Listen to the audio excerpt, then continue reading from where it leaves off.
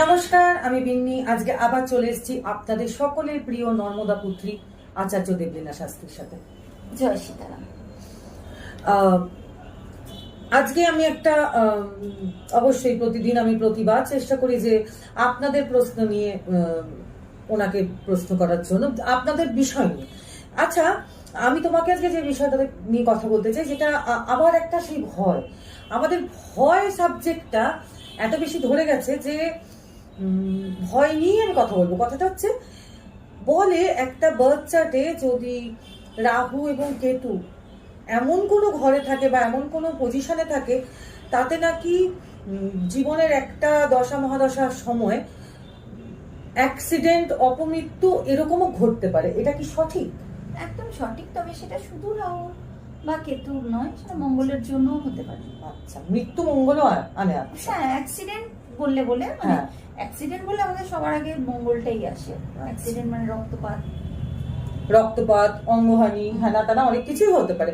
So তুমি আমাকে এটা একটুখানি তাহলে বলো, আলাদা করে কেতুটাও বলো, আলাদা করে রাহুটাও বলো, অ্যাজ ওয়েল অ্যাজ যদি মঙ্গলটা বলতে চাও, তো যে কোন কোন ঘরে এই গ্রহগুলো থাকলে সেই বার্থ চার্টে অ্যাক্সিডেন্টের সম্ভাবনাটা বড্ড বেশি পরিমাণে থাকতে পারে।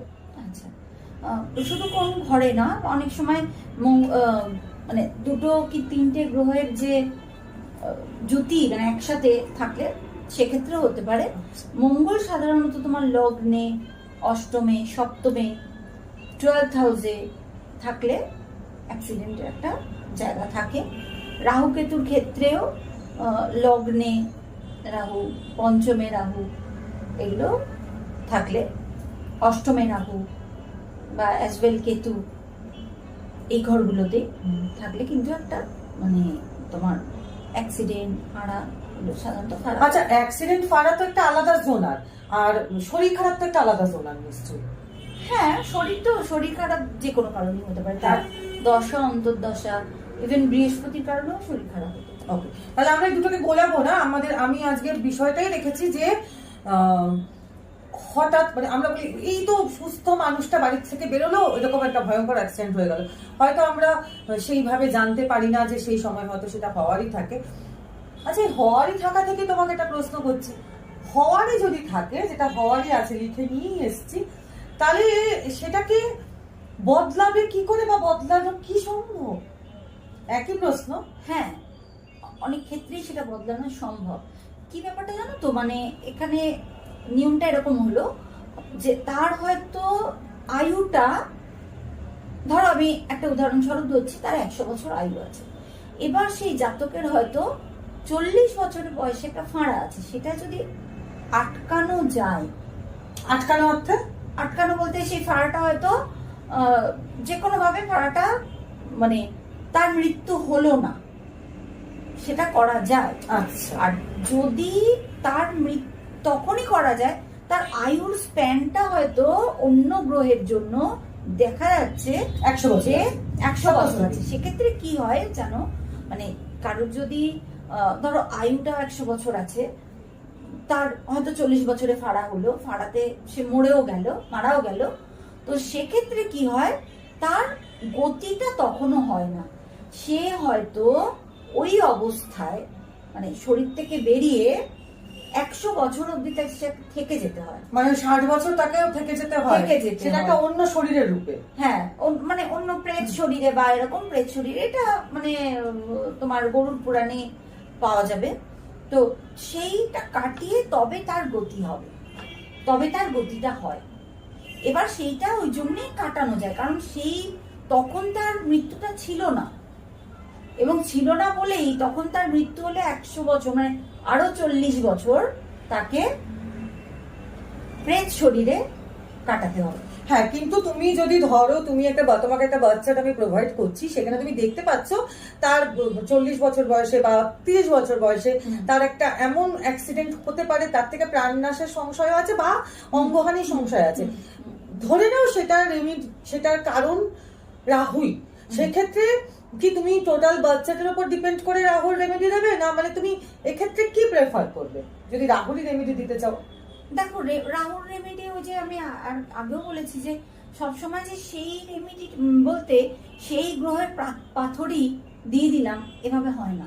আচ্ছা, তার উপর কোন গ্রহের দৃষ্টি আছে, সে কোন গ্রহকে দৃষ্টি দিচ্ছে, সেগুলো সব বিচার করে অনেক সময় হতে পারে রাহু কেতু জন্য হয়তো আমি বৃহস্পতিকে দিতে হবে আমাকে প্রতিকার, মানে রাহু কেতু ডিস্টার্ব, কিন্তু প্রতিকার দিতে হবে তোমাকে বৃহস্পতিকে। আমাকে হয়তো বৃহস্পতি। হ্যাঁ, কখনো হয়তো তার লগ্ন হচ্ছে সিংহে বসে আছে, আমি উদাহরণ দিচ্ছি, সেক্ষেত্রে হয়তো লগ্ন পতিকে আমি স্ট্রং করতে চাইবো, সেক্ষেত্রে হয়তো আমার তখন রবির প্রতিকার দিতে হবে।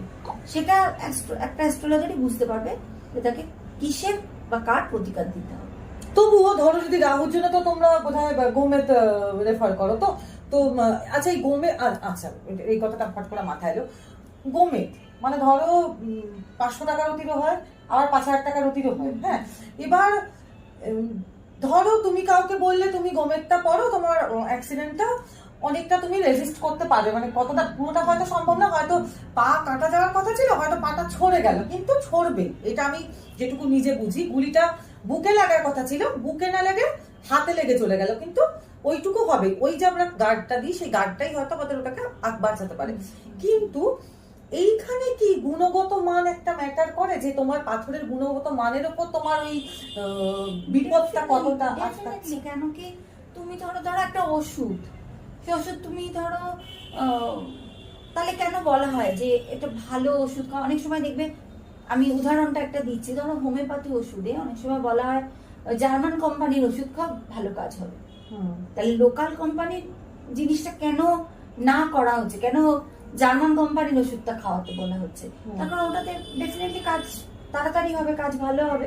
তুমি যখন একটা মানে কম মানের করছো, তার থেকে না পড়া ভালো। আমি একটা কম মানের, মানে ব্যাপারটা এরকম কিরকম বলো তো, মানে তুমি একটা ওই হয় না যে তোমার মিলিটারিরা পরে দেখবে মানে গুলি করলেও লাগবে না, এরকম যে বুলেট প্রুফ জ্যাকেট পরে। হ্যাঁ, ধরো তুমি ভাবছো আমি বুলেট প্রুফ পরে আছি, অথচ সেটা বুলেট প্রুফ নয়, বলে তুমি গুলির সামনে চলে গেলে, তাতে যা হবে তোমার এই কম দামি পাথরটা পরে তাই হবে। সো যখন সেটা জীবন সংশয় হোক, বা চাকরির জায়গা হোক, বা বিবাহের জায়গা হোক, বা প্রেমের জায়গা হোক, আমাদের জীবনে প্রত্যেকটা জায়গায় আমাদের কাছে অত্যাধিক ইম্পর্টেন্ট হয়। একটা সন্তানের হোক, বিবাহের ক্ষেত্রে হোক, বাচ্চার ক্ষেত্রে হোক, বিদেশ যাত্রা হোক, পড়াশোনা হোক, সেক্ষেত্রে যদি কোনো রেমিডি আপনারা নিতে চান, সেই জায়গাটাতে কম্প্রোমাইজটা করবেন না। কম্প্রোমাইজটা করলে হয়তো আপনি হয়তো এই শীর্ষতে যেতে পারতেন, কিন্তু একটা এত দাম দিয়ে নেব, থাক ওর থেকে 200 টাকা কম, সঙ্গে তার থেকে প্রতিকার নেবার দরকার নেই। হ্যাঁ, কিন্তু প্রতিকারটা তখনই নিন যখন সেই প্রতিকারটা আপনার কাজে আসবে। আর ওই সে মানে বুলেট প্রুফ জ্যাকেট ওই যে যদি কাজ না করে, গুলি তো ঢুকবেই না, তখন আমি আরো কি হবে, আমি এক্সপোজারটা আরো বেশি হয়ে যাবে না। ওকে, সো রাহুর জন্য গোমেদ, কেতুর জন্য ক্যাটসাই অ্যান্ড বৃহস্পতির জন্য পোকরাজ, আমাদের সব জানা কথা, কিন্তু এটা আমাদের অজানা কথা, কারণ কোনটা লাগবে আমরা কিন্তু এক্স্যাক্টলি জানি না। জানতে হবে, বুঝতে হবে, জেনে বুঝে তবেই আমাদেরকে রেমেডি নিতে হবে, বা তবেই আমাদেরকে প্রোটেকশন নিতে হবে। আর জানতে হলে কি করতে হবে? যোগাযোগ করতে হবে, নিচের দেওয়া নাম্বারে কল করতে হবে, মেসেজ করতে হবে, হোয়াটসঅ্যাপ করতে হবে। সবাই সঙ্গে থেকো, পাশে থেকো, ভালো থেকো। নমস্কার।